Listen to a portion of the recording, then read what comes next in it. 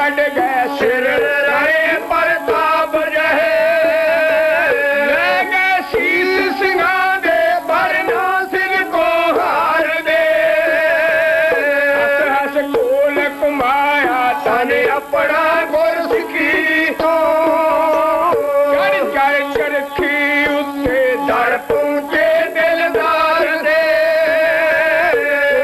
पुत्तरां दे गलहार पवाले मावा ने कर कुर्बानी मोड़े मुंह जुल्मी तलवार दे मरना बदल विखाया आखिर इस जमाने जिसके अगे डिठे कई सिकंदर हार दे मैं हथ बनदा ते दस अर्जा करदा तेरिया कुछ मन ले संगते मेरिया संगते को वाहेगुरु ओ मेरी बेनतियां फेर को वाहेगुरु सब गज के कह दो वाहेगुरु श्री वाहेगुरु।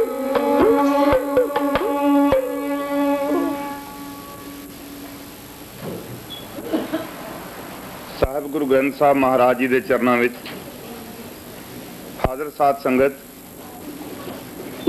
ਵਿਚਾਰ ਦੇਣ ਤੋਂ ਪਹਿਲਾਂ ਫਤਿਹ ਬੁਲਾਵਾਂ। ਦਰ ਪ੍ਰਵਾਨ ਹੋਵੇ। ਵਾਹਿਗੁਰੂ ਜੀ ਕਾ ਖਾਲਸਾ ਵਾਹਿਗੁਰੂ ਜੀ ਕੀ ਫਤਿਹ। आपने ਸਿੱਖ ਇਤਿਹਾਸ ਦੀ ਰੂਪ ਰੇਖਾ ਦੇ ਸੰਬੰਧ ਵਿੱਚ ਕੁਝ ਸੁਣਿਆ।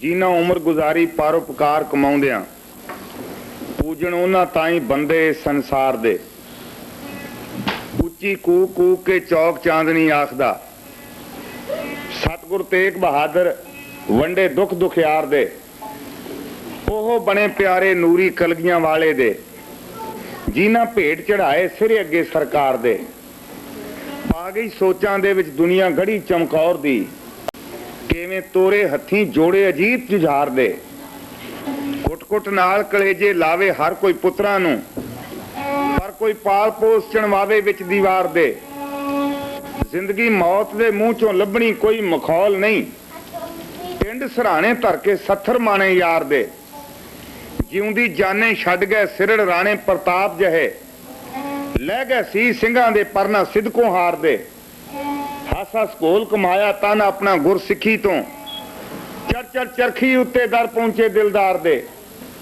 टोटे पुत्रां दे गलहार पवाले मावा ने कर कुर्बानी मोड़े मुंह जुल्मी तलवार दे मर्दां बदल विखाया आखिर इस जमाने नूं जिस दे अगे डिठे कई सिकंदर हार दे।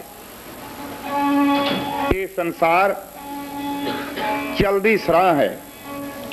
एक बन्ने जिंदगी दा दरिया बहिंदा तुरिया आउंदा दूसरे बन्ने मौत का काफिला रवां है। जद तक ये संसार रहेगा जद तक ये दुनिया रहेगी इसी तरह ये काफिला चलता रहेगा। जीवन की नदी बहती रहेगी मौत के काफिले रवां रहेंगे। इतिहासक सच्चाइयां संसार के सामने आउंदियां रहणगियां। मनुख संसार में पैदा हुंदा है और वो अपने जीवन नूं अगे तोरदा है। अगे तोरदे होया वो कुछ पढ़ाई लिखाई भी करता है कुछ काम काज भी करता है। जमाना आउंदा है जवान हो जाता है शादी हो जाती है बच्चे हो जाते हैं बिरध अवस्था आ जाती है बच्चे पालदा पालदा मनुख अगली दुनिया में जा पहुंचता है तो कुछ बाकी नहीं बचता। इस वास्ते कि ऐसे बंदे ने अपना जीवन अपने लिए या अपने बच्चों तक ही सीमित रखा है। कौम का कोई काम नहीं किया धर्म की कोई गल नहीं की मनुखता के भले में कोई खास हिस्सा नहीं पाया अपने आप में मुसीबतों में नहीं सुटिया मुसीबत नहीं चलियां तो इतिहास खामोश हो जाएगा। ऐसे बंदियां का जिक्र नहीं करेगा। दुनिया अंदर कहानियां उन्हां दियां चेते रहिंदियां जो किसी चंगे कर्म वास्ते जिउंदे रहे और किसी चंगे मनोरथ वास्ते लोड़ पई ते हस के कुर्बान हो गए। जीवन के लालचियां का जिक्र इतिहास ने कदे नहीं किया। पूजे वही लोग जाते ने जिहड़े किसी खास मनोरथ लिए आउंदे ने खास मनोरथ वास्ते आपा कुर्बान कर जाया करते हैं। तो ये जीवन ਜੋ ਮਨੁੱਖ ਨੂੰ ਮਿਲਿਆ ਹੈ, ਹਉਮੈ ਤੇ ਹੰਕਾਰ ਵਿੱਚ ਰੁੜੀ ਜਾਂਦੀ ਦੁਨੀਆ, ਔਰ ਜਿਨ੍ਹਾਂ ਵਿੱਚ ਬਹੁਤ ਸਾਰੇ ਲੋਕ ਸ਼ਾਮਲ ਹਨ, ਸ਼ਾਇਦ ਮੇਰੇ ਵਰਗਾ ਬੰਦਾ ਵੀ ਸ਼ਾਮਲ ਹੋਵੇ, ਜੀਵਨ ਦਾ ਲਾਭ ਪ੍ਰਾਪਤ ਨਹੀਂ ਕਰ ਰਿਹਾ। ਹੇ ਮਨੁੱਖ, ਕਦੇ ਬਹਿ ਕੇ ਸੋਚ, ਇਹ ਜ਼ਿੰਦਗੀ ਬੜੀ ਮੁਸ਼ਕਲ ਨਾਲ ਮਿਲੀ। ਸਾਹਿਬ ਗੁਰੂ ਗ੍ਰੰਥ ਸਾਹਿਬ ਮਹਾਰਾਜ ਜੀ ਦਾ ਫਰਮਾਨ ਹੈ ਕਿ ਇਹ ਬੰਦੇ ਦਾ ਜੀਵਨ ਬਹੁਤ ਦੇਰ ਬਾਅਦ ਮਿਲਿਆ, ਔਰ ਮਿਲਿਆ ਵੀ ਇਸ ਕਰਕੇ ਹੈ ਕਿ ਇਸਨੇ ਆਪਣੀਆਂ ਬਾਕੀ ਦੀਆਂ ਜੂਨਾਂ ਵਿੱਚੋਂ ਜਾਂ ਤਾਂ ਸਜ਼ਾ ਭੁਗਤ ਕੇ ਆਪਣੇ ਆਪ ਨੂੰ ਤਰਸਯੋਗ ਹਾਲਤ ਵਿੱਚ ਖੁਦਾ ਦੇ ਸਾਹਮਣੇ ਕੀਤਾ ਹੈ, ਤੇ ਰਹਿਮਤ ਦੇ ਸਾਈ ਨੇ ਇਸ ਨੂੰ ਇੱਕ ਮੌਕਾ ਦੇ ਦਿੱਤਾ ਹੈ ਕਿ ਸ਼ਾਇਦ ਇਸ ਵਾਰ ਹੀ ਇਹ ਬੰਦਾ ਸਮਝ ਆਏ, ਇਹਦਾ ਪਾਰ ਉਤਾਰਾ ਹੋ ਜਾਏ। ਹਜ਼ੂਰ ਕਹਿੰਦੇ ਨੇ ਕਿ ਇਹ ਪਦਵੀ ਜੋ ਮਨੁੱਖ ਤੈਨੂੰ ਮਿਲੀ ਹੈ, ਦੁਬਾਰਾ ਨਹੀਂ ਮਿਲੇਗੀ। ਔਰ ਉਹਨਾਂ ਨੇ ਉਦਾਹਰਣ ਸਾਡੇ ਸਾਹਮਣੇ ਰੱਖੀ। ਦੁਨੀਆ ਦੇ ਅੰਦਰ ਅਸੀਂ ਦੇਖਿਆ ਮੱਝਾਂ ਦਾ, ਗਾਵਾਂ ਦਾ ਦੁੱਧ ਚੋਇਆ ਜਾਂਦਾ ਹੈ, ਭਾਂਡੇ ਵਿੱਚ ਪਾ ਲਿਆ ਜਾਂਦਾ ਹੈ, ਅਸੀਂ ਉਸ ਨੂੰ ਵਰਤਦੇ ਹਾਂ। ਅੱਜ ਤੱਕ ਦੁਨੀਆ ਦਾ ਕੋਈ ਡਾਕਟਰ ਅਜਿਹਾ ਪੈਦਾ ਨਹੀਂ ਹੋਇਆ, ਕੋਈ ਸਾਇੰਟਿਸਟ ਪੈਦਾ ਨਹੀਂ ਹੋਇਆ ਜਿਹੜਾ ਇੱਕ ਵਾਰ ਮੱਝ ਦੇ ਹਵਾਨੇ ਵਿੱਚੋਂ ਚੋਇਆ ਹੋਇਆ ਦੁੱਧ ਮੁੜ ਕੇ ਕਿਸੇ ਢੰਗ ਨਾਲ ਉਸ ਮੱਝ ਦੇ ਹਵਾਨੇ ਵਿੱਚ ਮੁੜ ਕੇ ਦੁਬਾਰਾ ਦਾਖਲ ਕਰ ਦੇਵੇ। ਰੀ ਇੰਜੈਕਟ ਨਹੀਂ ਕੀਤਾ ਜਾ ਸਕਦਾ। ਬਾਬਾ ਫਰੀਦ ਜੀ ਨੇ ਕਿਹਾ, ਦੁੱਧਾ ਥਣੀ ਨਾ ਆਵਈ ਫਿਰ ਹੋਏ ਨਾ ਮੇਲਾ। ਜਿਹੜਾ ਦੁੱਧ ਮਾਂ ਰੂਪੀ ਹਵਾਨੇ ਵਿੱਚੋਂ ਇੱਕ ਵਾਰ ਨਿਕਲ ਗਿਆ, ਮੁੜ ਕੇ ਉਸ ਨੂੰ ਉੱਥੇ ਪਹੁੰਚਾਇਆ ਨਹੀਂ ਜਾ ਸਕਦਾ। ਤਾਂ ਸਮਝਣ ਵਾਸਤੇ ਥੋੜਾ ਜਿਹਾ ਹੋਰ ਯਤਨ ਕਰਾਂਗੇ ਕਿ ਸਾਡੇ ਦਿਮਾਗ ਵਿੱਚ ਇਹ ਗੱਲ ਬੈਠ ਜਾਏ। ਮਾਨਸ ਜਨਮ ਦੁਰਲਭ ਹੈ, ਹੋਤ ਨਾ ਬਾਰੰਬਾਰ, ਜਿਉਂ ਬਨ ਫਲ ਪਾਕੇ ਭੋਏ ਗਿਰੇ, ਬਹੁ ਨਾ ਲਾਗੇ ਡਾਰ। ਜਿਸ ਤਰ੍ਹਾਂ ਹਵਾਨੇ ਵਿੱਚੋਂ ਚੋਇਆ ਹੋਇਆ ਦੁੱਧ ਮੁੜ ਹਵਾਨੇ ਵਿੱਚ ਪ੍ਰਵੇਸ਼ ਨਹੀਂ ਕਰਦਾ, ਇਸੇ ਤਰ੍ਹਾਂ ਟਾਹਣੀ ਨਾਲੋਂ ਟੁੱਟਿਆ ਹੋਇਆ ਫਲ ਮੁੜ ਟਾਹਣੀ ਨਾਲ ਨਹੀਂ ਜੁੜਦਾ। ਐ ਬੰਦੇ, ਇਸੇ ਤਰ੍ਹਾਂ ਤੇਰਾ ਜੀਵਨ ਜੇ ਇਸ ਪਦਵੀ ਤੋਂ ਚੁੱਕ ਗਿਆ, ਇਸ ਨੂੰ ਮੁੜ ਕੇ ਜੋੜਨਾ ਬਹੁਤ ਮੁਸ਼ਕਲ ਹੋ ਜਾਏਗਾ। ਇਸ ਪਦਵੀ ਤੇ ਜੋ ਨਰ ਚੂਕੇ, ਆਏ ਜਾਏ ਦੁੱਖ ਪਾਏਂਦਾ। ਗੁਰਸੇਵਾ ਤੇ ਭਗਤ ਕਮਾਈ, ਤਬ ਇਹ ਮਾਨਸ ਦੇਹੀ ਪਾਈ। ਇਸ ਦੇਹੀ ਕੋ ਸਿਮਰੇ ਦੇਵ, ਸੋ ਦੇਹੀ ਭਜ ਹਰ ਕੀ ਸੇਵ। ਬੰਦੇ ਨਾਲੋਂ ਦੇਵਤੇ ਦਾ ਰੁਤਬਾ ਬੁਲੰਦ ਨਹੀਂ। ਦੇਵਤੇ ਦੀ ਇੱਛਾ ਬੰਦਾ ਬਣਨ ਦੀ ਹੈ। ਦੇਵਤੇ ਤੋਂ ਬੰਦਾ ਤੇ ਬੰਦੇ ਤੋਂ ਕੋਈ ਭਗਵਾਨ ਬਣ ਸਕਦਾ ਹੈ, ਲੇਕਿਨ ਬੰਦੇ ਤੋਂ ਦੇਵਤਾ ਬਣਨ ਦੀ ਰੀਝ ਕਦੇ ਕਿਸੇ ਮਨੁੱਖ ਦੇ ਹਿਰਦੇ 'ਚ ਪੈਦਾ ਨਹੀਂ ਹੋਈ। ਕਾਰਨ ਕਿ ਬੰਦਾ ਸੁਤੰਤਰਤਾ ਦਾ ਦੂਸਰਾ ਰੂਪ ਹੈ ਤੇ ਦੇਵਤਾ ਗੁਲਾਮ ਦਾ ਗੁਲਾਮ ਹੈ। ਜੇ ਸੂਰਜ ਨੂੰ ਆਪਾਂ ਦੇਵਤਾ ਮੰਨ ਲਈਏ ਹਿੰਦੂ ਮਾਈਥੋਲੋਜੀ ਦੇ ਮੁਤਾਬਕ, ਤਾਂ ਦੇਖੋਗੇ ਕਿ ਸੂਰਜ ਇੱਕ ਨਿਯਮ ਵਿੱਚ ਚੱਲ ਰਿਹਾ ਹੈ। ਸਮੇਂ ਸਿਰ ਉਦੇ ਹੋਏਗਾ, ਸਮੇਂ ਸਿਰ ਅਸਤ ਹੋ ਜਾਏਗਾ। ਉਹਦੇ ਲਈ ਕੋਈ ਐਤਵਾਰ ਨਹੀਂ, ਕੋਈ ਛੁੱਟੀ ਨਹੀਂ। ਉਹਨੇ ਚੜ੍ਹਨਾ ਹੀ ਹੈ ਔਰ ਆਪਣੇ ਸਮੇਂ ਨਾਲ ਅਸਤ ਹੋਣਾ ਹੈ। ਬੰਦਾ ਆਪਣੀ ਮਰਜ਼ੀ ਦਾ ਮਾਲਕ ਹੈ। ਸਵੇਰੇ ਪ੍ਰੋਗਰਾਮ ਬਣਾਵੇ ਵੈਨਕੂਵਰ ਜਾਣਾ ਹੈ, ਫਿਰ ਜੀ ਕਰ ਆਵੇ ਚਲੋ ਵੈਨਕੂਵਰ ਨਹੀਂ ਜਾਂਦੇ, ਕੈਮਲੂਪਸ ਨੂੰ ਚੱਲ ਪੈਂਦੇ ਆ, ਤਾਂ ਬੰਦਾ ਆਪਣੀ ਕਾਰ ਘੁਮਾਏਗਾ, ਕੈਮਲੂਪਸ ਨੂੰ ਤੁਰ ਪਏਗਾ। ਕੋਈ ਦੁਨੀਆ ਦਾ ਬੰਦਾ, ਕੋਈ ਦੁਨੀਆ ਦੀ ਕਚਹਿਰੀ ਇਸ ਦੀ ਮਰਜ਼ੀ ਦੇ ਖਿਲਾਫ ਕੋਈ ਦਾਵਾ ਨਹੀਂ ਕਰ ਸਕੇਗੀ ਕਿ ਵੈਨਕੂਵਰ ਦੀ ਥਾਂ ਤੇ ਕੈਮਲੂਪਸ ਨੂੰ ਕਿਉਂ ਤੁਰ ਪਿਆ। ਸੂਰਜ ਐਸਾ ਨਹੀਂ ਕਰ ਸਕਦਾ ਕਿ ਚਲੋ ਅੱਧ ਵਿੱਚ ਆ ਕੇ ਹੁਣ ਮੁੜ ਕੇ ਚੜ੍ਹਦੇ ਨੂੰ ਤੁਰ ਪੈਂਦੇ ਆ, ਲੈਣ ਦੀ ਕੀ ਜ਼ਰੂਰਤ ਹੈ। ਨਹੀਂ, क्योंकि वो नीम स्वतंत्र है और जो बंदा है पूरी तरह स्वतंत्र है। इस वास्ते देवतियां की पदवी मनुख नालों उच्ची नहीं समझी जा सकती और यही ख्याल गुरमत ने दिता है। मैं अज आपके सामने उस महाबली की गल करा जिसने अपने बच्चों लिए जीवन नहीं गुजारिया, जिसने आप कमा के अपने बच्चों को खुआ के अपनी जिंदगी की लीला समाप्त नहीं की। छोटे जे सन, देश ने मंग की, कमजोरों का धर्म बचाना पिया तो पिता कुर्बान कर दिता। जरूरत पई, देखिया देश के लोग नहीं उठ सकणगे, जुल्म के खिलाफ नहीं डट सकणगे, तलवार उठा ली बेसरो समानगी की हालत में। साहब गुरु गोबिंद सिंह महाराज जी का भरोसा ਇੱਕ ਦਿਨ ਖਾਲਸਾ ਦਲ ਦੇ ਰੂਪ ਵਿੱਚ ਪ੍ਰਗਟ ਹੋਇਆ। ਸਮਾਂ ਆਇਆ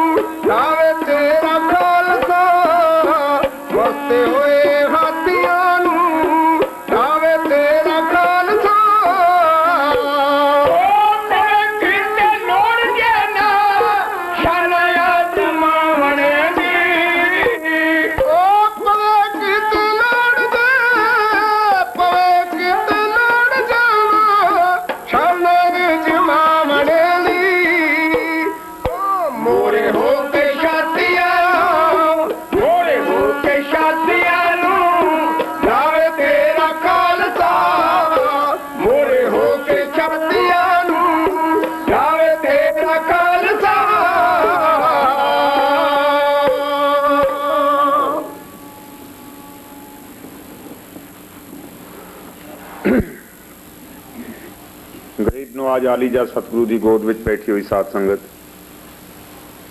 ਮਨ ਬਿਰਤੀ ਦੀ ਇਕਾਗਰਤਾ ਬਖਸ਼ਣੀ, ਕੁਝ ਵਿਚਾਰ ਦੇ ਸਕਾਂ, ਫਤਿਹ ਦਰ ਪ੍ਰਵਾਨ ਹੋਵੇ।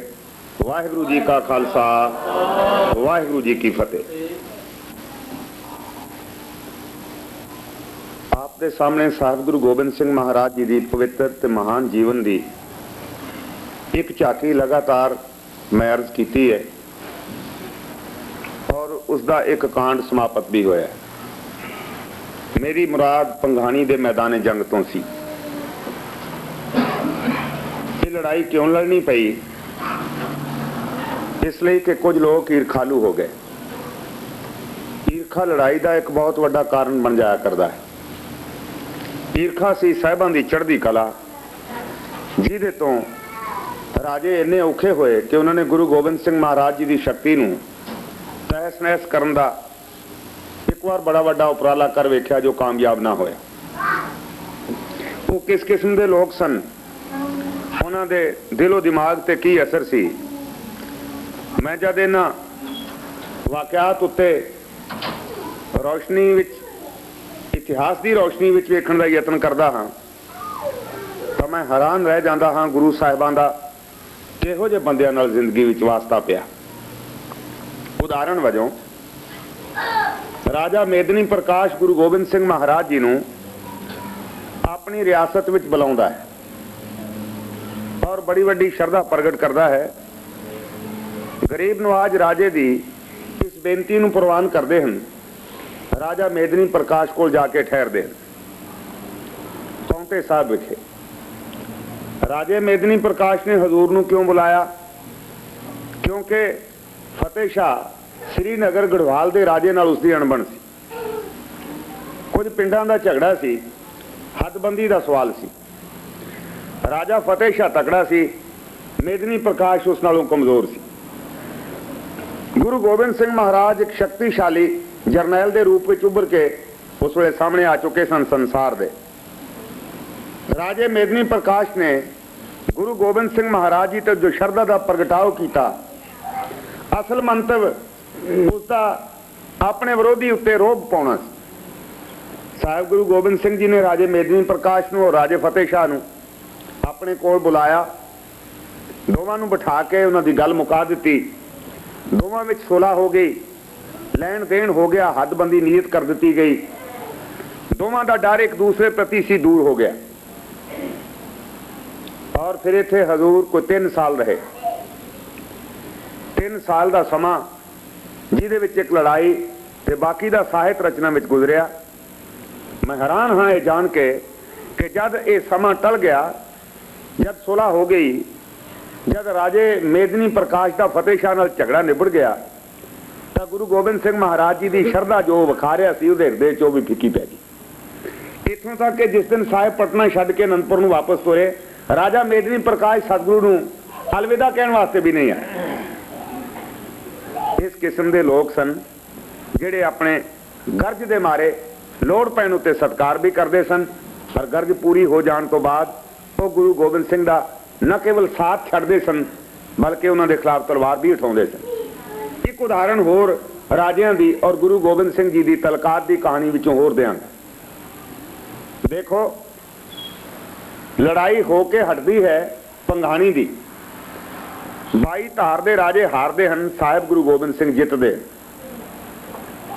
लेकिन थोड़े चिर पिछों राजा भीमचंद के खिलाफ जम्मू के नवाब ने बादशाही हुक्म की पालना करदा होया उस उत्ते फौज चढ़ाई और आलफ खान जम्मू तो चढ़िया ते नदौन के मैदाने जंग में उसने भीमचंद नूं आण वंगारिया। उसने क्या पिछला मामला दिओ। एडी वड्डी रकम राजा भीमचंद नूं यकमुश्त देने लई कहा गया। राजा भीमचंद काबिल नहीं सी कि वो इन्ना पैसा पिछला बकाया तार सके। तो सिट्टा की निकलिया।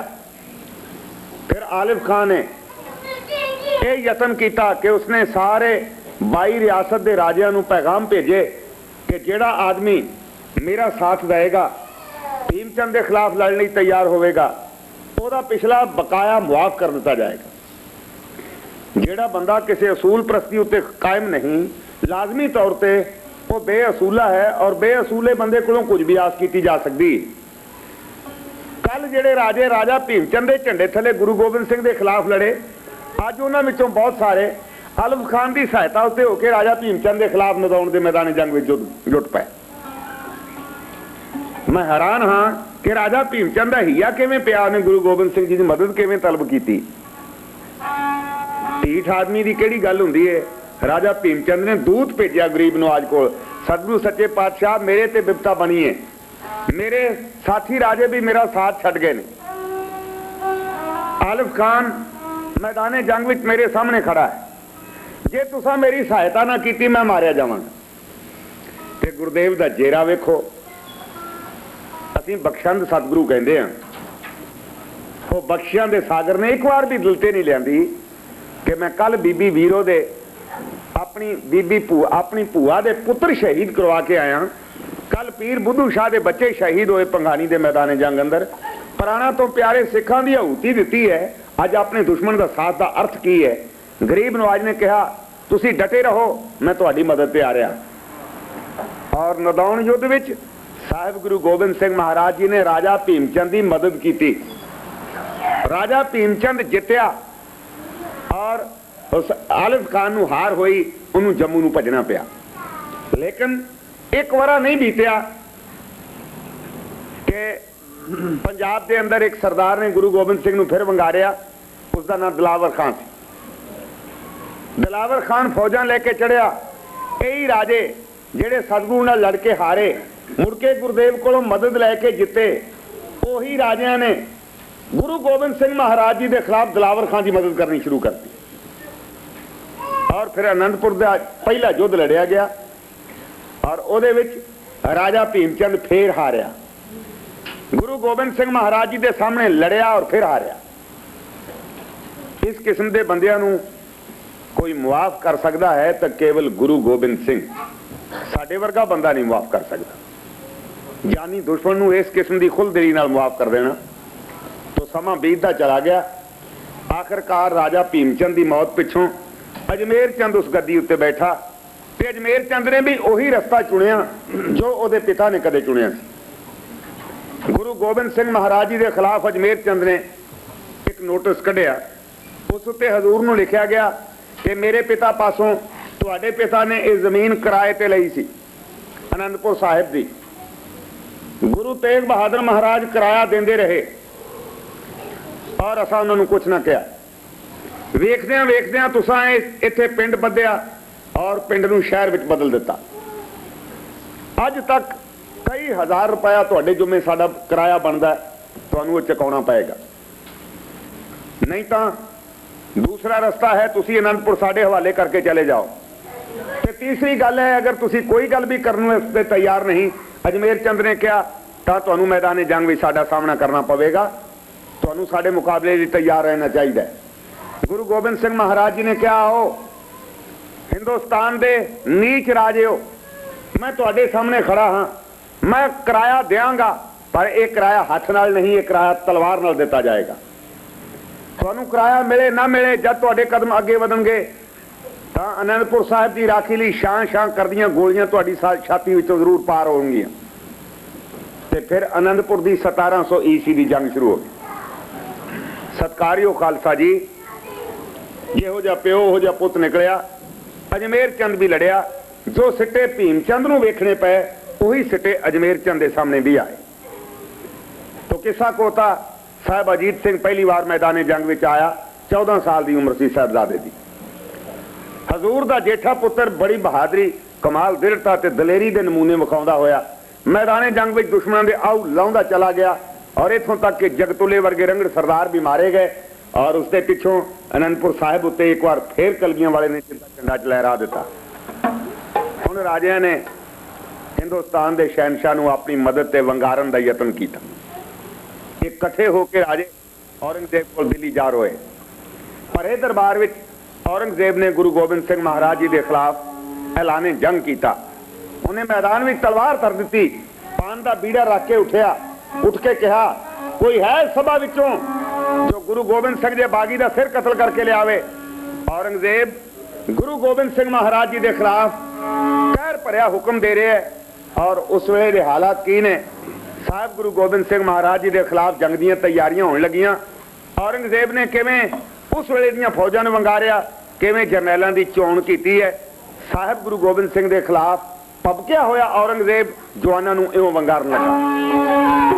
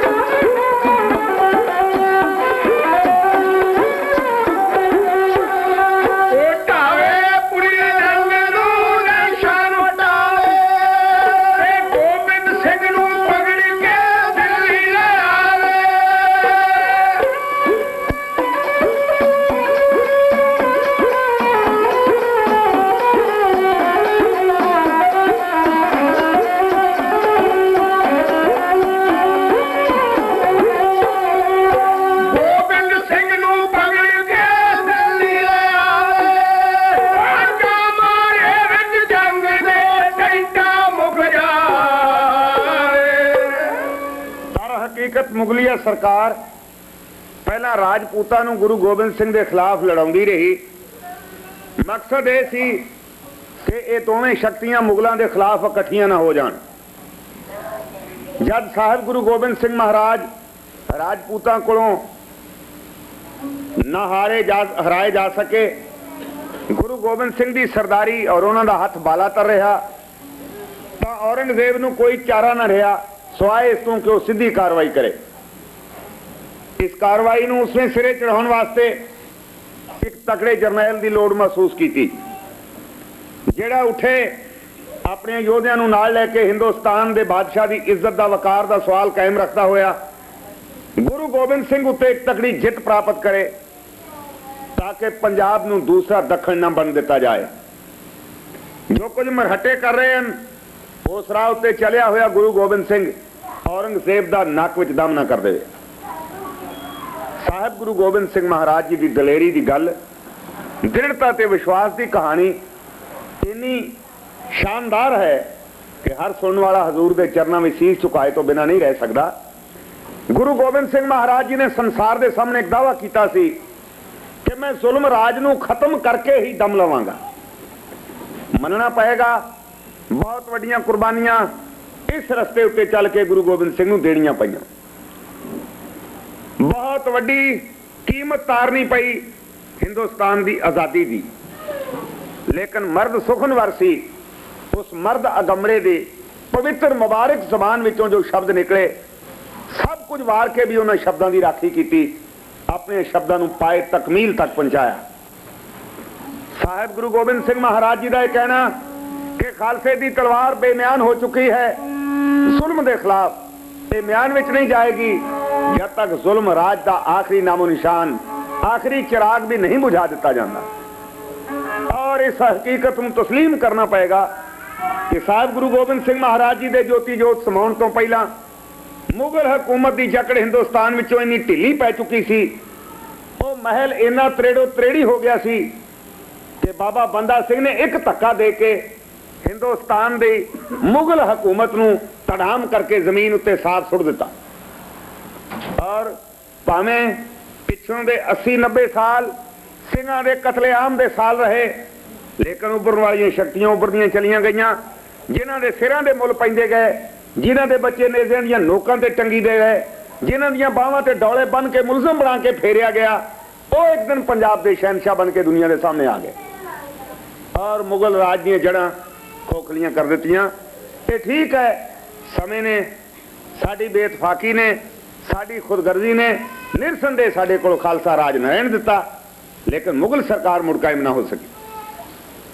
मैं जिक्र कर रहा उस मर्द अगमरे की दलेरी का, उस महाबली सतगुरु का, उसकी महान जिंदगी का, उसके तप और त्याग का जिक्र कर रहा और उस हठीले सतगुरु की कहानी सुना रहा।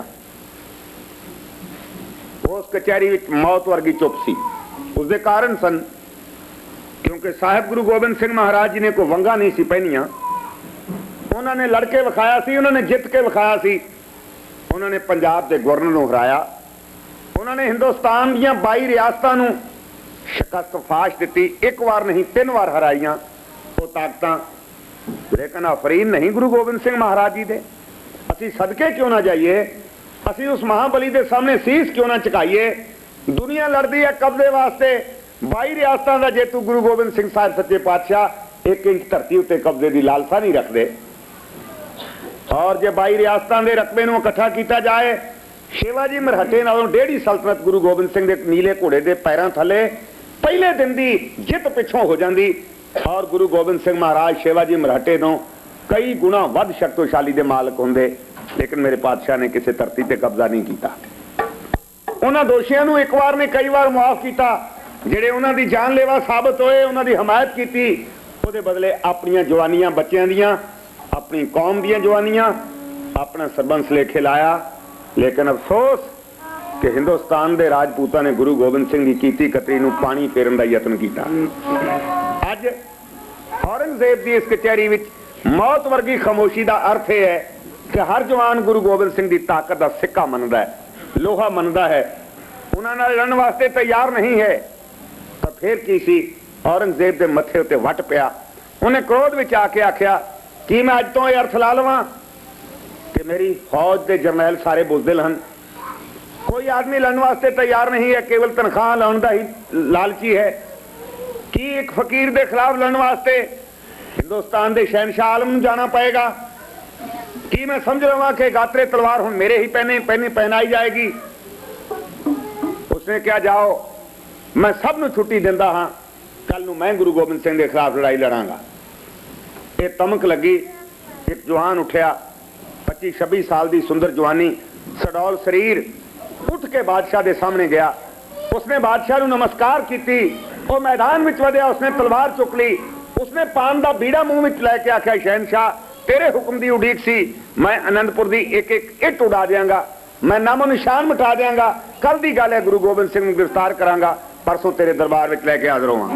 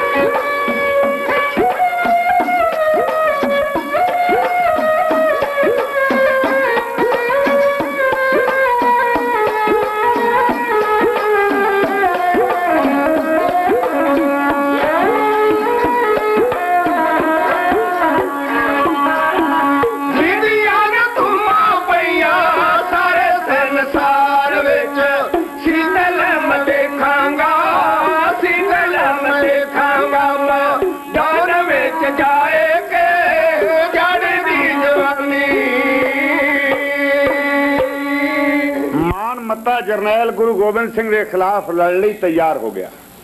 उकसाया गया सी जवानी में। इस उकसाहट का सिट्टा सी कि शहनशाह आलम का हुक्म मन के, औरंगजेब का हुक्म मन के उसने छिन भर विच अपनी तैयारियां कीतियां, मनमर्जी के हथियार ते जवान इकट्ठे किए, अपनी इच्छा की गिनती इकट्ठी की, दिल्ली तो रवाना हो तुरया। न केवल औरंगजेब ने एडी वड्डी सेना ही गुरु गोबिंद सिंह के खिलाफ मैदानी जंग में झोंक दी, बल्कि उसने राजपूतां राजियां नूं हुक्म लिखिया कि शाही फौजां दा डट के साथ दिओ, वध तो वध फौजां कतर करके मेरे जरनैल की अधीनगी प्रवान करके गुरु गोबिंद सिंह के खिलाफ इकट्ठे होकर लड़ो। जिहड़ा मेरे हुक्म की तमील नहीं करेगा उसकी रियासत जब्त की जाएगी, उसनूं कड़ी सजा भुगतनी पएगी। ये फरमान पंजाब के सूबेदार, पंजाब के नाज़म, पंजाब के नायब गवर्नर और हिंदुस्तान दियां शिवालिक दियां पहाड़ियां दे रियासतां दे नां ये फरमान जारी होया। फौजां चढ़ियां। सैयद खां अपनियां फौजां नूं नाल लैके पंजाब की सरहद के नेड़े पहुंचा। इस तो पहला कि वह सढौरे के लागों की कूच करके आनंदपुर नूं अगे वधदा, उसके मन में एक गल आई, बहुत देर हुई है जब तो जरनैली का रुतबा मिलिया है, बीबी नसीरां दे दर्शन नहीं कर सके। बीबी नसीरां कौन है? पीर बदरुद्दीन की धर्म पत्नी, जिसके 4 बच्चों विचों 2 बच्चे पातशाह के कौमी झंडे थले धर्म की, इंसाफ की, मानवता की लड़ाई जितने लई जो लड़े और शहीद हुए। ये है जी पीर बदरुद्दीन की धर्म पत्नी, ये है शहीद बच्चों की मां, और ये बैठी है सढौरे। सैयद खान ने अपना शाही कैंप सढौरे तो बाहर लाया, आप भैन नूं मिलण वास्ते चला गया। सैयद खान तो उम्र विच वड्डी सी। दरवाजा भैन का खड़काया गया, देवड़ी विच दी लंघ के सैयद खान घोड़े विचों बीबी दे विहड़े विच जाके उतरिया। भैन और भरा का रिश्ता न केवल जज्बात का रिश्ता है, बल्कि लहू ते मास का भी रिश्ता है। देर पिछों बीबी नसीरां दी गलवकड़ी विच सैयद खान बच्चों वांगू मोढे नाल लगा होया सी। बीबी नसीरां ने कंध ते हथ फेर के आख्या, मेरे वीर तेनू जरनैली मुबारक, सरकारी अहुदे ते वड्डियां वड्डियां तलबां मुबारक, पर वीरा इस गल तो डर के भैन का वेड़ा छड्ड गयो कि बीबी नसीरां दे सिर ते उहदे पति का साया नहीं रहा, ते शायद किते भैन अपने जरनैल वीर कोलों कोई पैसा ना मंग लवे। इस वास्ते मेरा वेड़ा छड्ड दिता है मेरे चंद तो सोहणिया वीरा कि बीबी नसीरां नूं हुण तेरे आसरे की लोड़ सी। इस वास्ते अखां फेर गईयां कि मैं गरीब हो गई, मैं लोड़वंदी हो गई। नहीं वीर, मेरा राखा है मेरा खुदा, खुदा ही सब नूं देंदा है। साईं जी दे पैरों पिछे इस घर विच रिज़्क की कमी नहीं है, इज्जत है, मान है, वडियाई है, लेकिन वीरा तेरी घाट तो तुझों पूरी करनी सी। भैन दे वेड़े नूं किन्ना चिर तू अपनी रौनकां नहीं बख्शियां। चन्निया तू अज आया है, मेरे लिए अज भागां भरिया दिन है, पर सच दस अज केवल मैनू मिलण वास्ते आया है जां तुरिया तुरिया जांदा भैन दा उलामा लाउण आया? सैयद खान दे हिरदे विचों भी प्यार जागया। सैयद खान दियां अखां भर आईयां। उसने कहा, बीबी नसीरां मैं तेरे कोल झूठ नहीं बोल सकदा, तू खुदा दी बंदगी वाली है। असल विच मैं आनंदपुर नूं ठा ढेरी करन वास्ते फौजां लैके जा रहा था, क्योंकि रस्ते विच तेरा घर सी, इस वास्ते तेरे दर्शन कीते तो बिना नहीं सजा सकदा। बीबी नसीरां दा त्राह निकल गया। मेरा वीर साहिब गुरु गोबिंद सिंह के खिलाफ तलवार लैके जाएगा लड़न लई?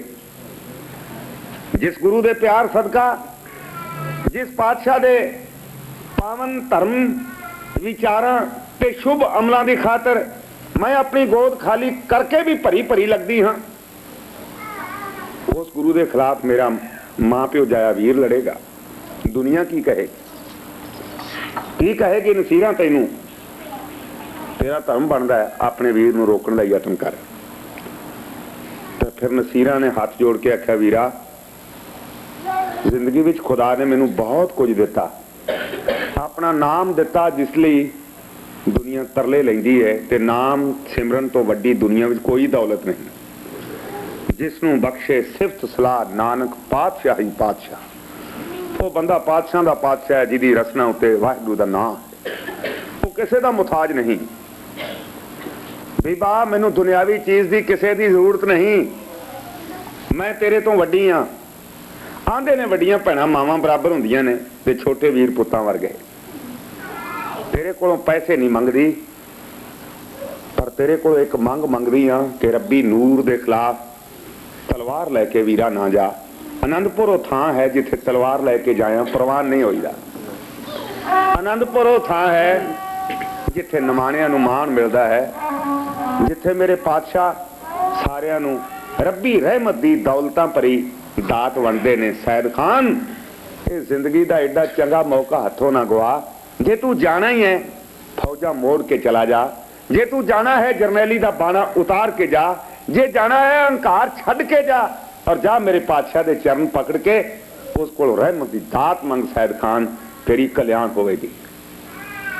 नसीरा दी गल सुन के सैयद खान दियां अखां बल उठियां। उन्हें आख्या उस गुरु नूं मत्था टेकण वास्ते जावां जिसने मेरे दो भाणजे खोले, उस गुरु नूं सजदा करां जिहदी मदद करदियां होयां मेरे बहनोई नूं पठाणा ने तेल पा के साड़ दिता, उस गुरु की अधीनगी प्रवान कर ला जिसने हिंदुस्तान के शहनशाह के खिलाफ तलवार उठा के बगावत का झंडा बुलंद किया। तू वेख रही है बीबी नसीरा, मैं तेरा भरा भी हाँ पर हिंदुस्तान के शहनशाह का जरनैल भी हाँ। मेरा को फर्ज जरनैल बन के भी है जो मैं पूरा करना है।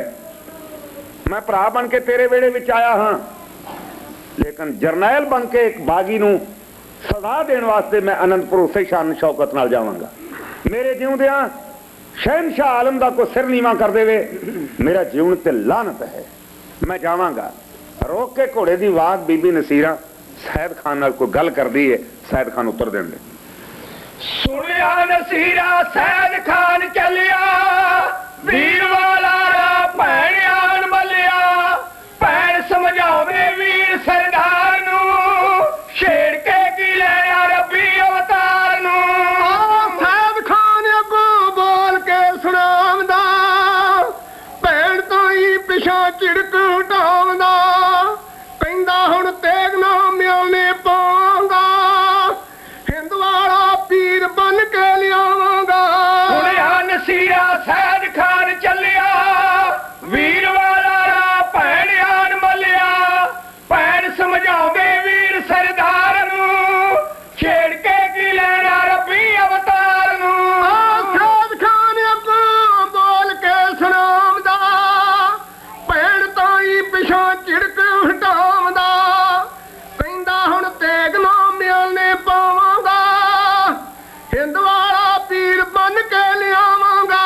ਉਹਦੇ ਉੱਤੇ ਹੱਥ ਵੀਰ ਵੇ ਉਠਾਵੀ ਨਾ, ਵੇਖੀ ਕਿਤੇ ਕਲਾ ਸੁੱਤੀਆਂ ਜਗਾਵੀ ਨਾ, ਤਿੱਖੇ ਪਾਸਿਓਂ ਨਾ ਚੁੱਕੀ ਤਲਵਾਰ ਨੂੰ, ਛੇੜ ਕੇ ਕੀ ਲੈਣਾ ਰੱਬੀ ਅਵਤਾਰ ਨੂੰ। ਕਹਿਰਾਂ ਦੀਆਂ ਗੱਲਾਂ ਮੈਨੂੰ ਕਿਉਂ ਸੁਣਾਉਣੀ ਏ, ਸੂਰਮੇ ਦੇ ਦਿਲ ਕਾਨੂੰ ਚੋਬਾ ਲਾਉਣੀ ਏ, ਮੈਂ ਤਾਂ ਹੁਣ ਤੇਗ ਨੂੰ ਹੀ ਅਜਮਾਵਾਂਗਾ, ਹਿੰਦ ਵਾਲਾ ਪੀਰ ਬਨ ਕੇ ਲਿਆਵਾਂਗਾ।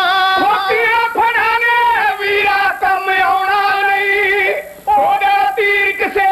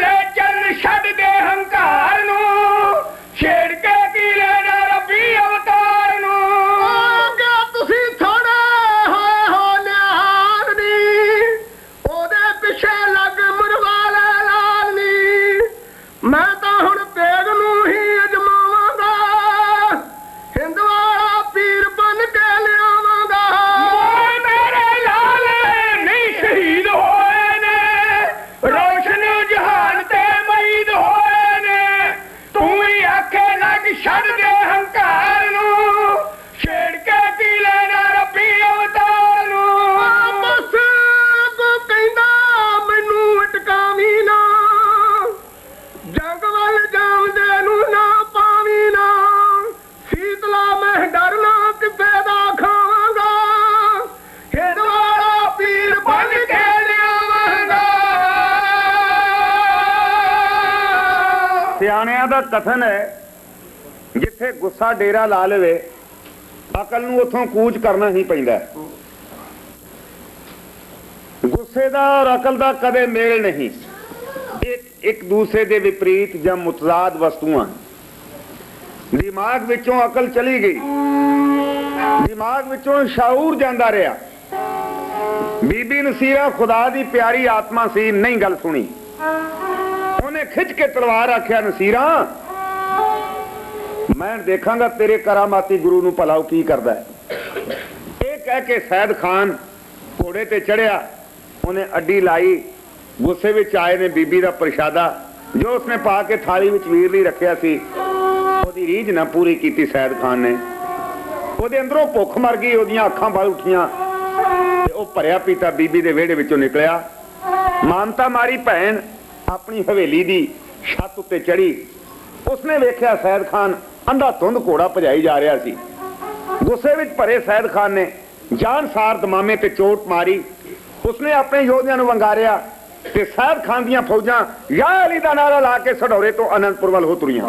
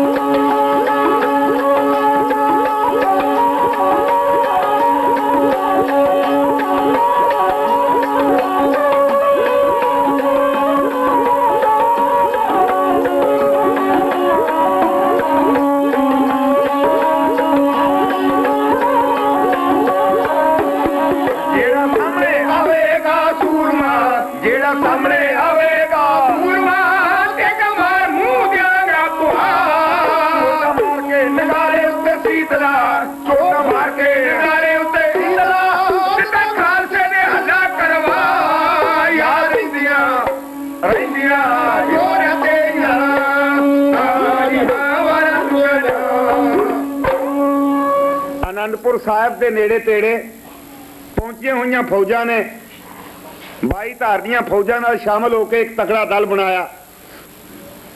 जदों रोपड़ पहुंच गए गुरु गोबिंद सिंह महाराज नूं पता चल गया आनंदपुर का घेरा कत्या जान लगा है, लड़ाई शुरू होने वाली है। गरीब नवाज ने अपन फौजा नूं किलियां विच तत्पर कर दिता।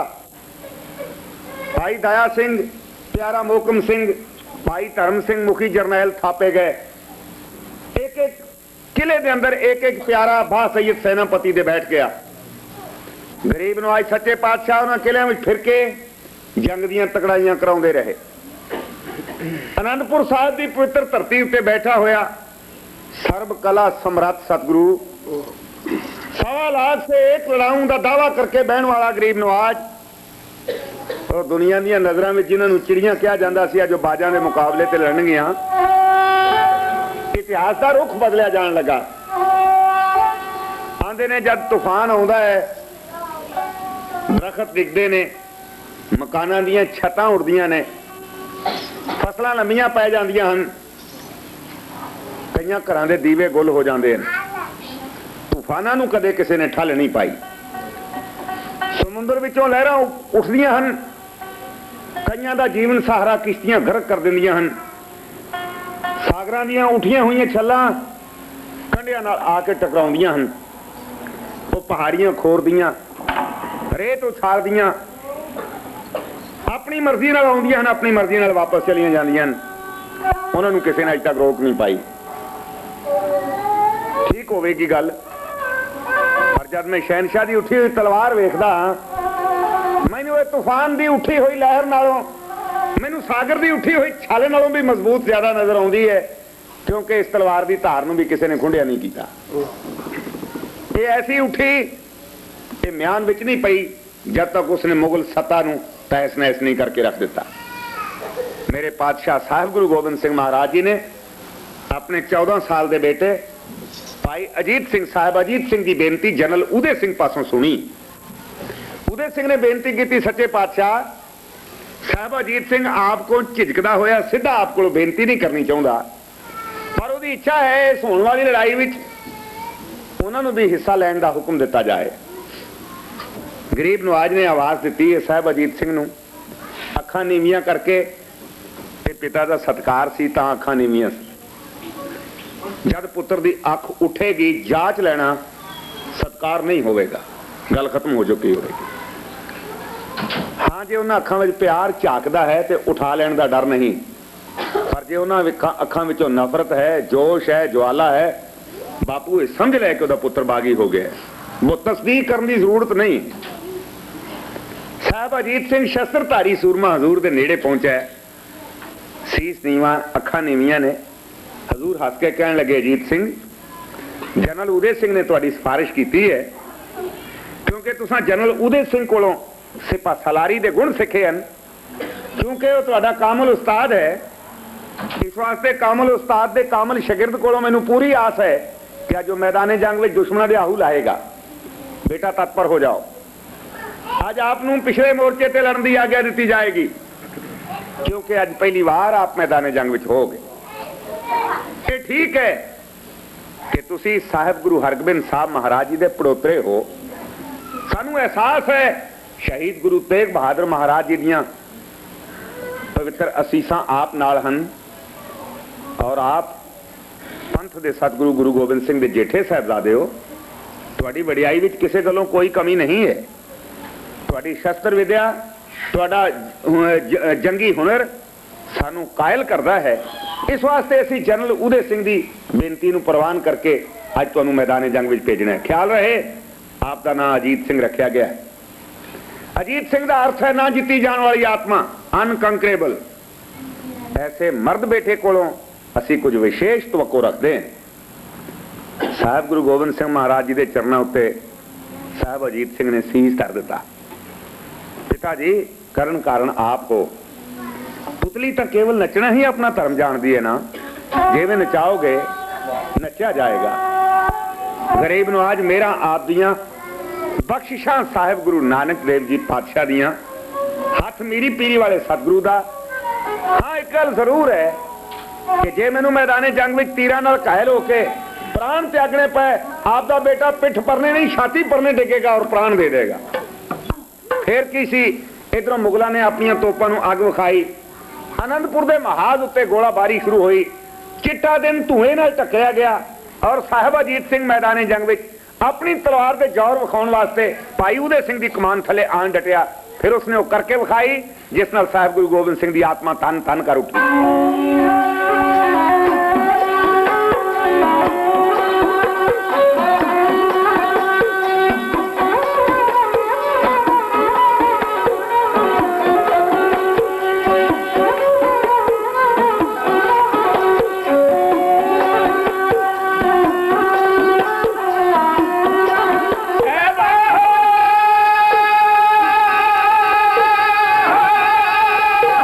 ਮੁਗਲਾਂ ਸਿੰਘਾਂ ਤੇ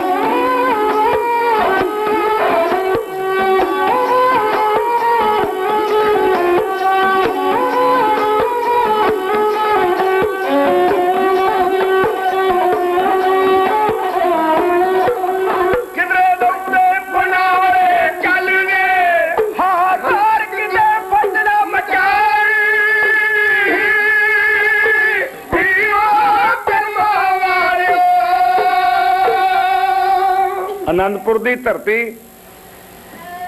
एक हलवान के फर्श की विछाई विच चार चपेरा अपना कजा रही सी।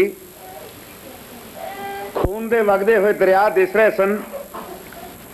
थां थां ते कुराम मचिया होया सी। दाड़ दाड़ जवान डिगदे सन, काड़ काड़ गोली चलदी सी। तोपां दे फायर हुंदे सन। धरती ते भुचाल आया होया सी। लड़ाई शुरू हुई, बड़ी भयंकर लड़ाई। लेकिन जनरल सैयद खान नूं पहली बार एहसास होया कि जिसनूं वो फकीर समझदा सी, सचमुच बीबी नसीरां दा क्या होया किसी हद तक साबित हो रहा है। ठीक साबित हो रहा है कि न केवल साहिब गुरु गोबिंद सिंह महाराज नाम सिमरन विच ही वो परपक्क आत्मा है, बल्कि वो तेग दे धनी ते मरदे मैदान हैं। उन्हां दीयां फौजां ने वेंदियां वेंदियां एक दिन की लड़ाई विच साडा एडा जंगी नुकसान किया, इन्हें बंदे मार दिते कि आनंदपुर की लड़ाई का सिटा हो ही निकलेगा जो बीबी नसीरा ने कहा सी। सैयद खान तेरी हार होवे, सैयद खान गुरु गोबिंद सिंह की जित होवे। भाई सैयद खान के दिमाग में उस वे बीबी की आवाज गूंज रही। सैयद खान दी नजरों के सामने बीबी का तसव्वुर उभर के आया। उन्होंने ऐं लगा जिवें दे घोड़े की आवाज फड़ के हुण भी बीबी नसीरा कह रही होवे, सैयद खान ना गुरु गोबिंद सिंह ते वार कर, ना हल्ला कर, तू हारेगा, गुरुदेव जितणगे।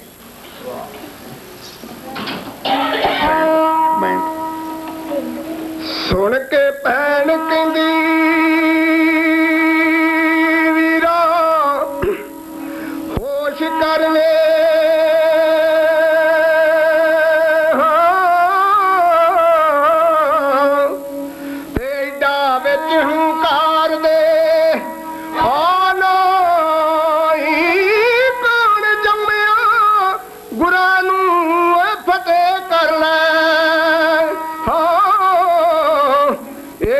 चित दे विच लिया नाई, सूरज नाल बुराबरी की तेरी ते जुगनू अपनी चमक मुखाना।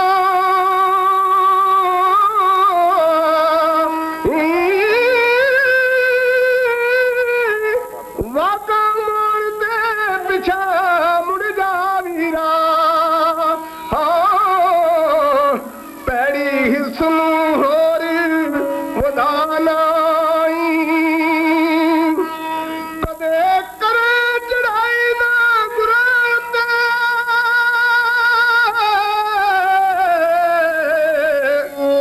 जेकर कंबलिया तुदरू सारे होवे,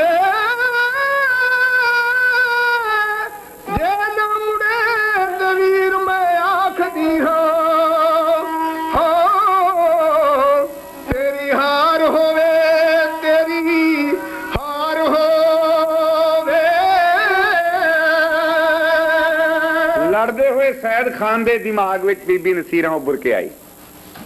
सचमुच वो साकार हुई आत्मा उसनू मैदाने जंग विच कह रही सी, सैयद खान मैं तेनू कहा सी गुरु गोबिंद सिंह के खिलाफ लड़िया होया तेनू हार का मुंह वेखना पएगा।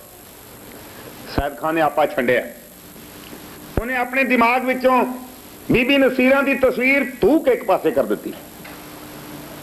उसनू अपनी पदवी का एहसास होया, उसका फर्ज बोल उठा नहीं। सैयद खान सूरमे एडी छेती किसी की अधीन की परवाह नहीं कराया करते। तू मैदानी जंग विच है, हिंदुस्तान के शहनशाह का वकार अज तेरी तलवार की धार उत्ते खलोता होया। तेरी जित के अर्थ ने हिंदुस्तान के शहनशाह के राज की सलामती, तेरी हार के अर्थ ने हिंदुस्तान विच मुगल राज के खात्मा। तेनू अपनी ड्यूटी बजानी चाहिए। उसने 94 योद्धियां नूं वंगार के साहिब गुरु गोबिंद सिंह महाराज जी दे उस साइड वाल जिस बने हजूर आप खड़े सन हमला करने वास्ते अपनी फौजा नूं मैदानी जंग विच भेजिया। अगले बने गुरु के नौ निहाल तलवारां डाह के आनंदपुर के सामने लोहे की दीवार बन के खलो गए। इधरों भी गोली, उस बनियों भी गोली, इधरों बरछे की नोक, उस बनियों बलम की नोक, इस बनियों तेगां की वंगार, उस बनियों ढालां की टुणकार। वीर आस विच रतियां होईयां दोवें धिरां मैदाने जंग विच एक दूसरे के गल जा पईयां।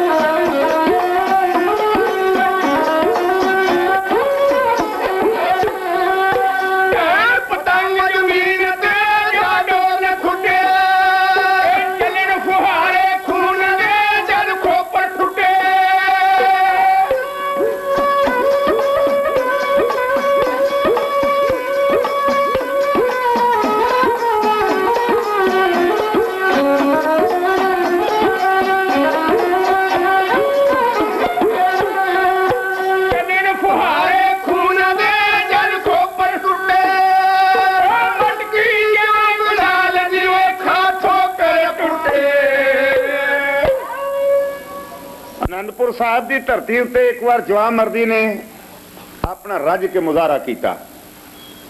उत्थे खून रेज जंग हुई। उत्थे हानिया ने हान पछाण पछाण के वंगारिया, एक दूसरे ते वार कीते, एक दूसरे दे वार चले, गोलियां छाती विच मारियां, छाती विच खादियां। मर्द सदा दी नींद सौ गए, अपनी जवानियां सफल कर गए। खालसा जी दूसरे दिन की लड़ाई वेखदा वेखदा सूरज शाम नूं अस्त हो गया। पुरातन मर्यादा सी सूरज डुबदे सार लड़ाई बंद हो जाती। लड़ाई की बंदी का ऐलान निकलिया। दोवां धिरां दे झंडे मैदान विचों पिछे हटे। दोवां धिरां दे सूरमे अगले दिन दीयां तैयारियां करन वास्ते जुट गए। ते फिर सारी रात जख्मियां की संभाल की गई, मोर्चा बंदियां कीतियां गईयां। जिस मोर्चे उत्ते समाने जंग घाट सी उत्थे पहुंचाया गया। सज्जर साहब फौज मैदान विच लियांदी गई ते सारी रात 22 धार दे राजियां नाल जरनैल सैयद खान विचार करता रहा कि कल नूं हमला करने वास्ते मुगल अगे वधणगे कि 22 धार दे राजे अगे आउणगे। दर हकीकत इस वेले तक वो गुरु गोबिंद सिंह दा लोहा मन चुके सी। हर आदमी झिझक रहा सी कि कल की लड़ाई विच पता नहीं की सिट्टा निकले। सैयद खान 3 वार सारे दिन विच ਸਿੰਘਾਂ ਦੀ तलवार की भेटा होने तो मसां बचिया। उसके लागों की कई गोलियां शूक शूक के निकलियां सन, कई तीर उसके कुल्ले वाली पग के आस पास गुजरे सन। ते सैयद खान अल्लाह का शुक्रगुजार सी कि अज वो पता नहीं किवें बच गया, कल की होवेगा। तो आखिरकार जद वेख्या कि पहाड़ी राजे गुरु गोबिंद सिंह नाल लड़न तो असमर्थ हैं और उन्होंने अपनी असमर्था प्रगट भी कर दी। उन्होंने कहा जनरल साहब असी अपनी कमजोरी आपको लुकाउंदे नहीं है, और इसका कारण भी है। इस तो पिछलियां 3 लड़ाइयां दे सिट्टे साडे सामने हैं। गुरु गोबिंद सिंह नाल लड़न तो साडा हर राजपूत कन्नी कतराउंदा है, क्योंकि साडे सब तो वड्डे शाह सवार राजा हरीचंद नूं गुरु गोबिंद सिंह ने वंगार के अपने तीर की भेटा चढ़ा दिता सी। गुरु गोबिंद सिंह जी दे एक 70 साला बजुर्ग साधु ने लूण घोटना डंडा लेके हयात खां का सिर तोड़ दिता सी। गुरु गोबिंद सिंह जी ने एक हलवाई तार लाल चंद ने हुशियारपुर निवासी ने, जिन्हें कदे अपने हथ नाल तलवार चुक के नहीं सी वेखी, उस बंदे ने एक तगड़ा पठान ढा मारिया सी मैदान जंग अंदर। गुरु नूं साडे राजपूत राजे समर्थ ते सिपाही उसनूं भगवान का रूप समझते हैं। इस वास्ते साडी फौज हिचकिचाउंदी है लड़न तो। इसे वास्ते ही असा हिंदुस्तान के शहनशाह नूं अपनी मदद ते सद्या। असी मैदान विचों पिछे नहीं हटांगे, पर साडी इल्तजा है कि अगर गुरु गोबिंद सिंह जी नूं मैदान जंग विच शिकस्त फाश देनी है तो कल की लड़ाई आप नूं अगे होकर लड़नी पएगी। जनरल सैयद खान ने अंतिम दुआ की, खुदाया इसका अर्थ यह है कि जरनैली की बरकरारी लई, इसकी शान लई, अपने किए हुए प्रण नूं पगाउण लई कोई रस्ता नहीं सवाए इस तो कि कल मैदान जंग विच मैं होवां। खालसा फौज विच हजूर दी CID सूआ विभाग इन्ना तकड़ा सी कि कल जनरल सैयद खां आप मैदान जंग विच लड़ेगा, इसकी इतला सतगुरु नूं पहुंच गई। हजूर मुस्कुरा के कहने लगे दया सिंह जी कल जरनैल सैयद खान मैदान जंग विच अगवाई करेगा अपनी फौजां की। साडी इच्छा है कि उसका अग्गा रोकने वास्ते असीं जाइए। दया सिंह ने हाथ जोड़ के आख्या गरीब नवाज जद असीं बैठे हाँ सेवादारां दे हुंदियां मालिक नूं जाण दी की जरूरत है। सच्चे पातशाह इस शरीर की मड़ोली जे कौम दे धर्म दे लेखे लग गई, साडे पिछों जो चाहे आपने करना। आप दा हुक्म मोड़ नहीं सकते, लेकिन साडी बेनती है कि आप खालसा फौजां विच खड़े होकर दीदारे देंदे रहोगे, साड़ियां आत्मा सुरजीत रहणगियां। साडे लिए इन्ना ही काफी है कि आप साडी पिठ उत्ते हो। निरंकार दी शक्तियां साडे नाल हन, धर्म इंसाफ साडे नाल है, दलेरी जवामर्दी साडे विच है। इस वास्ते गरीब नवाज मैदान जंग विच कल मैदान जंग विच जूझण लई आप दा बेटा दया सिंह जाएगा। दया सिंह दे लागे बैठी हुई कोई आत्मा को गुठी नहीं। प्यारे दया सिंह, सैयद खान मेरे नाल खेडदा रहा है, सैयद खान दा मैं हानी हाँ, सैयद खान नूं मैं जानदा हाँ। मेरा वो हम मजहबी है, हम धर्मी है, ਉਹਦੇ ਨਾਲ मैं लड़ांगा। ये कौन बोल रहा सी? जनरल सयाद बेग बोल रहा सी। कौन है सयाद बेग? इसकी आप दे तक वाकफियत पहुंचानी जरूरी समझदा। रवाल सर दी मीटिंग तो बाद जद राजे गुरु गोबिंद सिंह महाराज जी की गल ना मन्ने, मंडी तो हुंदे हुए गरीब नवाज कुरुक्षेत्र पहुंचे। कुंभ का मेला साहिबा ने कुरुक्षेत्र वेख्या। कारण बड़ा साफ है, लोग इकट्ठे मिल जाते सन। उन्होंने साहिब गुरु गोबिंद सिंह महाराज सिखी धर्म का प्रचार करके उन्होंने नेड़े लिया सकते थे। जब हजूर भी कुरुक्षेत्र पहुंचे तो राजे भी कुरुक्षेत्र पहुंचे। राजा ने सलाह की जब गुरु गोबिंद सिंह वापस जाएंगे रस्ते उत्ते इन्हां ते हमला किया जाए। इस सलाह नूं पक्का किया गया। 500 जवान साहिब गुरु गोबिंद सिंह नाल जब अंबाले दे नेड़े पहुंचे तो राजे भी पिछे पिछे आ रहे सन। हिम्मत नहीं सी पै रही कि गुरु गोबिंद सिंह ते हल्ला कर दिता जाए। सोचा सोचद्या कुरुक्षेत्र तो अंबाला आ गया।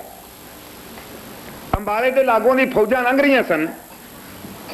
जब पता चलिया कि जनरल सयाद बेग पहाड़ी राजियां कोलों कर वसूल उगराउण वास्ते रोपड़ बैठा होया।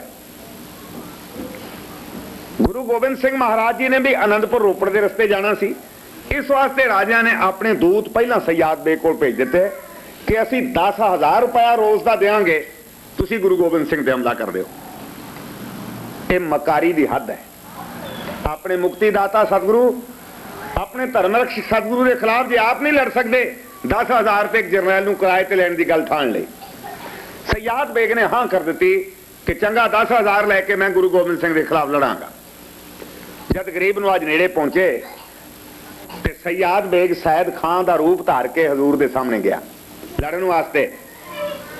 ते सच्चे पातशाह नूं कहण लगा, बगानिया पुत्तां नूं लड़ाउण दा की फायदा है? हिम्मत है तुसी मेरे नाल तलवार नाल 2-2 हथ करके वेखो। जब हजूर नीले घोड़े ते सज के फब के वो पर जवानी, वो सुंदर आत्मा, वो खुदाई नूर जब पूरे जलवे में सयाद बेग के सामने गए तो सयाद बेग नूं मुस्कुरा के कहने लगे, सयाद बेग असी तेरी तलवार दी धार दी टोह लाउण वास्ते खड़े हैं, है हिम्मत का साडे ते वार कर। तेरा पत्था तीरां नाल तूसिया पिया है, कोई तीर कढ साडी छाती विच मार, असी वेखीए तेरी तीरंदाजी। ते सयाद बेग दे अंदरों फिर कुछ आवाज उठी। ये आत्मक आवाज है। उसने आख्या, सयाद बेग तीर चलाउण तो पहला, तलवार उठाउण तो पहला इस पातशाह दे दर्शन कर, इस नूर नूं वेख, ते फिर भला आप जवाब दे भी इन्हां उत्ते तीर चला सकेगा? तेरी तलवार इस सुंदरता नूं मिटा सकेगी? कंबी हुई आत्मा सामने खड़ी रही। फिर मेरे पातशाह ने कहा, सयाद बेग मैदाने जंग विच हैं, तेरा विरोधी तेरे सामने है। 10,000 लैके तू साडे नाल लड़न वास्ते किराए ते लिया होया हिंदुस्तान दे शहनशाह दा जरनैल है। की जरनैली दे अर्थ ये ने कि बिला वजह किसी को 10,000 रुपया लैके कुछ जिंदगियां मौत की गोद विच सोण वास्ते तैयार हो जाए? ये इंसानियत है? सयाद बेग ने तलवार सुट के दौड़ के हजूर दे चरण पकड़ के आख्या, गरीब नवाज भुली हुई आत्मा अल्लाह दे दर ते पहुंची है और अल्लाह दे नूर कोलों बख्शंदगी मंगदी है, बंदगी दी दात दिओ। बाबा फरीद दा एक श्लोक, शेख फरीदे खैर दीजे बंदगी। वाह बाबा फरीद, तेरी बिरद अवस्था तेरे विच बजुर्गी बोलदी सी ते तू खुदाई दाता मंगदा सी। शेख खरी फरीदे खैर दीजे बंदगी, तेरी पने खुदाए तू बख्शंदगी। खुदा दी पनाह विच बख्शिशां दे दरवाजे ते खलो के बाबा फरीद ने ये हूक दिती सी, तेरी पने खुदाए तू बख्शंदगी, शेख फरीदे खैर दीजे बंदगी। अज चेते आया बाबा फरीद सयाद बेग नूं पातशाह दे चरनां उत्ते झुक के आख्या, बाबे फरीद दी इस तुक इस मंग दा सदका गरीब नवाज सयाद बेग नूं भी बंदगी अता करो। मेरे पातशाह घोड़े तो उतरे, बापू दा दिल इस तरह दा थोड़ा सी किते गल नाल लाया। सयाद बेग नूं गुलवकड़ी विच लिया। नूर दे लागे हनेरे दा की कम, जिथे डुल डुल हासे पैंदे होण उत्थे ईरखा कित्थों। ते सयाद बेग गुरु दे चरनां तो वारिया गया। मेरे पातशाह दी सेवा विच रहा, लंगर दे भांडे मांजणे, गुरु के घोड़ियां दी लिद सुटनी, उन्हां नूं इशनान करवाउणा, खरखरा करना, घाह दीआं पंडां वड वड के लिया के पाउणीਆਂ। मेरे पातशाह दे गरीब नवाज दे महल विच जाके किस वेले सतगुरां नूं मुट्ठी चापी करनी, पलंग विछाउणा, कपड़े बस्तर सतगुरु जी दे स्वश करने ते आईयां गईयां संगतां दी सेवा करनी। सयाद बेग दा निता प्रति कर्म हो गया। अज मैदाने जंग विच गुरसिखां दी सेवा दी लोड़ है। सयाद बेग गरीब नवाज दी बख्शी हुई तलवार गाते विच पा के कहण लगा, अन्नदाता एक बार इस कीट ने तलवार तुहाडे मुकाबले ते चुकी सी, बख्शिशां दे साई ने मेहर कर दित्ती, नजरों नजर निहाल कर दिता। हुण एक बार आ गया ते दास नूं सैद खान दा मुकाबला कल मैं करांगा। ते फिर जनरल सैद खान दे सामने सयाद बेग पहुंचा। सयाद बेग कहने लगा, सैद खान बड़े चिरां तो तेरे मन दी रीझ सी कि गुरु गोबिंद सिंह महाराज नाल लड़ के मुकाबला करा। जब मेरे वर्गे खादम मौजूद ने तो उस महाबली नूं तुहाडे मुकाबले ते आउण दी की जरूरत है। मैं तेरे सामने हाँ, मैं वेखांगा तेरी बाण ते कमान विच किन्नी तड़ाक है, किन्ना जोर है, किन्ना तू तगड़ा है। आ मेरे नाल दो दो हथ करके वेख ला, जे मेरे कोलों बच गयो फिर गुरु गोबिंद सिंह नाल लड़ लई। अज दे मजमून दी अंतिम बेनती करके आप कोलों कल ही खिमा दा जाचक, कल इसे थां तो छड़े मजमून नूं इस लड़ी नूं पूरा करने वास्ते फिर आप दी सेवा विच अर्ज करांगा। आईयां हुईयां संगतां दा धन्नवादी हां। बेनती है सैद खां सयाद बेग दे सामने।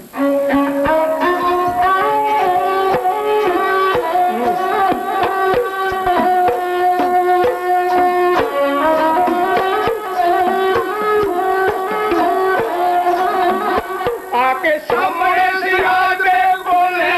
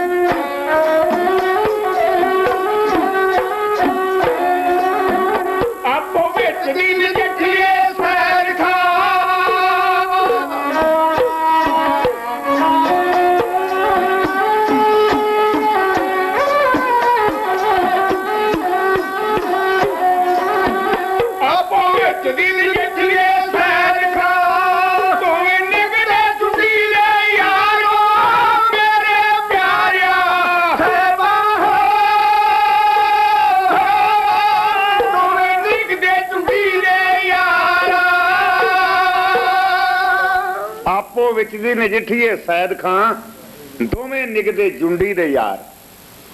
ਤੇ ਫਿਰ ਕੀ ਹੋਇਆ, ਇਹ ਕਹਾਣੀ ਕੱਲ ਆਪ ਸਰਵਣ ਕਰੋਗੇ। ਖਾਲਸਾ ਜੀ, ਅੱਜ ਦੇ ਯੁੱਗ ਵਿੱਚ ਸਾਹਿਬ ਗੁਰੂ ਗੋਬਿੰਦ ਸਿੰਘ ਮਹਾਰਾਜ ਮਹਾਬਲੀ ਸਤਿਗੁਰੂ ਦੀ ਇਹ ਚੜ੍ਹਦੀ ਕਲਾ ਦੀ ਜ਼ਿੰਦਗੀ ਨੂੰ ਦਿਖਾਉਣ ਦੀ ਖਾਸ ਵਿਸ਼ੇਸ਼ਤਾ ਆਵਸ਼ਕਤਾ ਹੈ, ਕਿਉਂਕਿ ਅਸੀਂ ਬੜੀਆਂ ਢਹਿੰਦੀਆਂ ਕਲਾਂ ਵਿੱਚ ਜਾ ਰਹੇ ਹਾਂ। ਢਹਿੰਦੀਆਂ ਕਲਾ ਨੂੰ ਬਚਾਉਣ ਲਈ ਇੱਕੋ ਹੀ ਤਰੀਕਾ ਹੈ ਕਿ ਗੱਲ ਚੜ੍ਹਦੀ ਕਲਾ ਦੀ ਕੀਤੀ ਜਾਏ। ਹਨੇਰੇ ਨੂੰ ਦੂਰ ਕਰਨ ਦਾ ਇੱਕੋ ਹੀ ਤਰੀਕਾ ਹੈ ਕਿ ਰੌਸ਼ਨੀ ਕੀਤੀ ਜਾਏ। ਸਾਡੇ ਹਨੇਰਿਆਂ ਦਿਲਾਂ ਵਿੱਚ ਗਰੀਬ ਨਵਾਜ ਦੇ ਇਸ ਪਿਆਰੇ ਭਰੇ ਤੇ ਸਤਿਕਾਰ ਭਰੇ ਮਹਾਮਰਦਾਂ ਵਾਲੇ ਜੀਵਨ ਦੀ ਲੋਹ ਦਾ ਸਦਕਾ ਸਾਡੇ ਹਿਰਦਿਆਂ ਵਿੱਚ ਰੌਸ਼ਨੀ ਹੋਵੇ। ਅਸੀਂ ਗੁਰਸਿੱਖੀ ਸਰੂਪ ਧਾਰਨ ਕਰੀਏ, ਅਸੀਂ ਸਤਿਗੁਰੂ ਜੀ ਦੇ ਪਾਏ ਹੋਏ ਪੂਰਨਿਆਂ ਤੇ ਚੱਲੀਏ, ਗੁਰਸਿੱਖਾਂ ਵਾਂਗ ਜੀਵਨ ਜੀ ਕੇ ਆਪਣੀ ਜ਼ਿੰਦਗੀ ਦਾ ਪੂਰਾ ਲਾਹਾ ਉਠਾਈਏ। ਇਹਨਾਂ ਸ਼ਬਦਾਂ ਨਾਲ ਮੇਰੇ ਪਾਤਸ਼ਾਹ ਜੀ ਦੇ ਪਾਵਨ ਦਰਬਾਰ ਦੀਆਂ ਹਾਜ਼ਰੀਆਂ ਭਰ ਰਹੀਆਂ ਗੁਰੂ ਸਵਾਰੀਆਂ ਸੰਗਤਾਂ ਨੂੰ ਜਿਉਂ ਆ ਕਹਿੰਦਾ ਹੋਇਆ ਧੰਨਵਾਦੀ ਹੁੰਦਾ ਖਿਮਾਂ ਦਾ ਜਾਚਕਾਂ। ਗਰੀਬ ਨਵਾਜ ਮਾਇਆ ਦਰ ਪ੍ਰਵਾਨ ਕਰਕੇ ਪਿਆਰਿਆਂ ਗੁਰਸਿੱਖਾਂ ਸੰਗਤਾਂ ਨੂੰ ਆਪਣੇ ਦਰੋਂ ਕਰੋਂ ਸਿੱਖੀ ਸਿੱਧ